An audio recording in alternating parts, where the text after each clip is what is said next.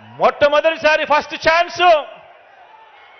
Chance ఇస్తేనే మీ జగన్ ఇంత గొప్పగా అన్ని వర్గాలను గుండెల్లో పెట్టుకొని చూసుకుంటా ఉన్నాడు.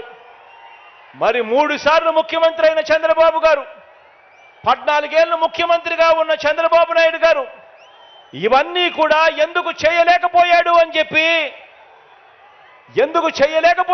చెప్పి ప్రతి ఒక్కరూ కూడా ప్రతి ఇంటికి వెళ్ళి కూడా చెప్పండి, అడగండి. అందుకే ఈ పెద్ద మనిషి చంద్రబాబు నాయుడు గారిని అడుగుతా ఉన్నా, అయ్యా బాబు, ప్రజలు మీకు ఎందుకు ఓటు వేయాలి అని అడుగుతా ఉన్నాను. జగన్ మార్పు ప్రతి గ్రామంలోనూ కనిపిస్తా ఉన్నప్పుడు, జగన్ మార్పు ప్రతి పేద ఇంట్లోనూ కనిపిస్తా ఉన్నప్పుడు, జగన్ మార్పు ప్రతి సామాజిక వర్గంలోనూ కనిపిస్తా ఉన్నప్పుడు, ప్రతి ప్రాంతంలోనూ కనిపిస్తా ఉన్నప్పుడు, ఇంతగా కనిపిస్తా ఉన్నప్పుడు, అయ్యా చంద్రబాబు నీకు ఎందుకు ఓటు వెయ్యాలి అని చెప్పి ఇదే సందర్భంగా ఇదే వేదికపై నుంచి ఇక్కడే చంద్రబాబు నాయుడు గారిని అడుగుతా ఉన్నా.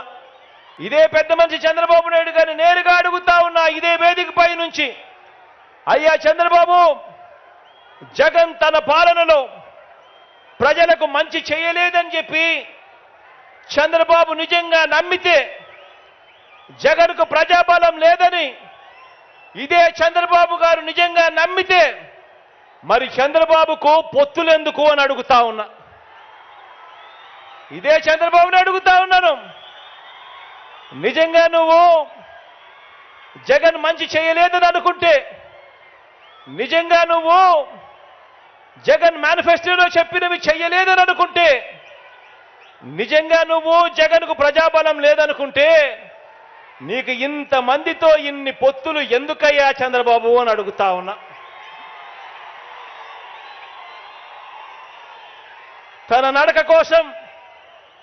నడక కోసం అటో కర్ర ఇటో కర్ర, 2 కర్రలు ఎందుకయ్యా చంద్రబాబు అని అడుగుతా ఉన్నా. తన సైకిల్ తోయటానికి నీకు ఒక ప్యాకేజీ ఇస్తారు ఎందుకయ్యా అని అడుగుతా ఉన్నాను.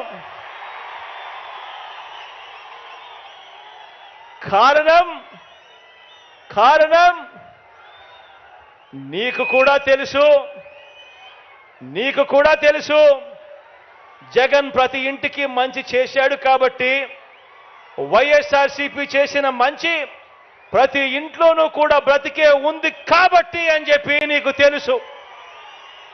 ప్రతి గ్రామానికి మంచి జరిగింది, ప్రతి సామాజిక వర్గానికి మంచి జరిగింది కాబట్టి ప్రతి పేదవాడు కూడా తన గుండెల్లో జగన్ను పెట్టుకున్నాడని, వైఎస్ఆర్ కాంగ్రెస్ పార్టీని ప్రతి పేదవాడు కూడా తన గుండెల్లో పెట్టుకున్నాడు కాబట్టి ఈరోజు చంద్రబాబు నాయుడు గారి గుండెల్లో రైళ్లు పరిగెత్తా ఉన్నాయని కూడా ఈ సందర్భంగా తెలియజేస్తా ఉన్నాను.